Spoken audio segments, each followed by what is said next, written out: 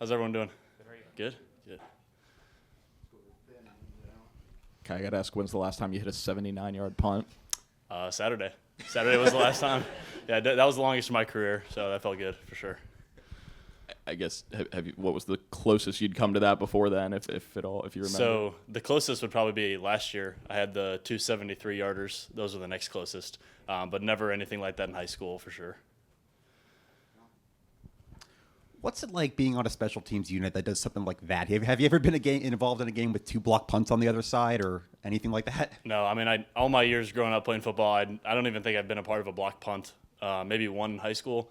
But then obviously last year we had those against Eastern Illinois, and then Saturday, that was crazy. And it's just such a momentum swing. And even as a specialist, I want to obviously see other specialists succeed. But obviously I like seeing our team block those punts and change the game like that.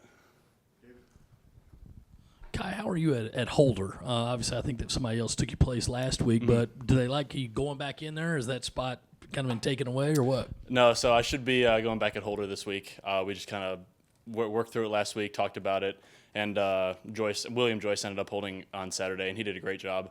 So I'm proud of him, and he stepped up. Yeah, going back to the momentum that the special teams had on Saturday, what's the attitude been like amongst everyone on the special teams? Because a lot of times the special teams don't get mentioned until mess up. When you had such a spectacular game and really played a key role in winning that game. I think everyone just now is excited about special teams way more than what they already were.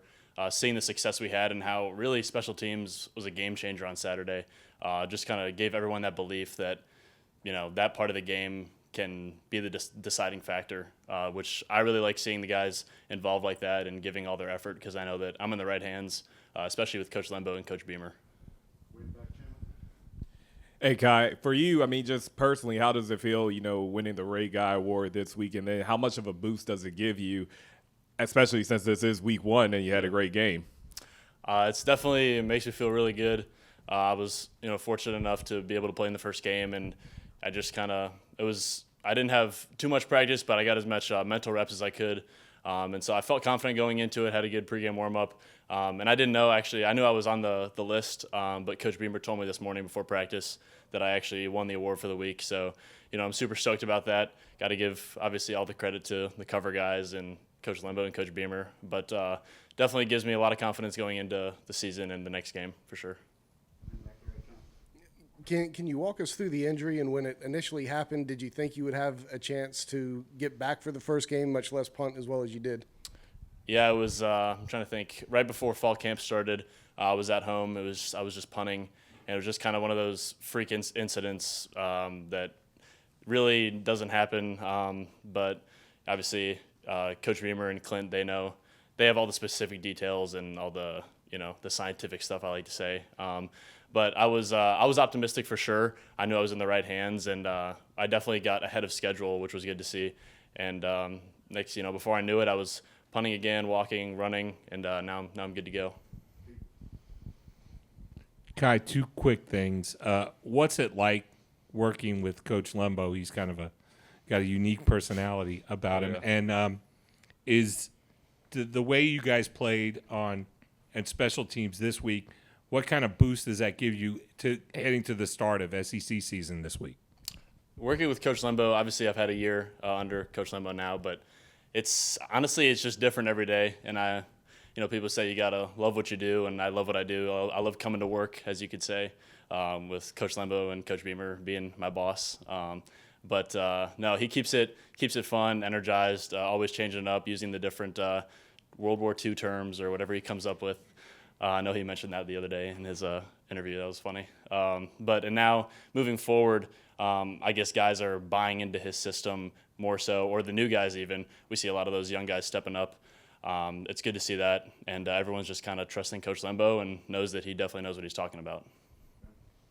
Kai, I was going to ask, what was on Coach Lembo's history lesson this week? Did you have anything good? Or we actually haven't talked about anything so far. Okay. But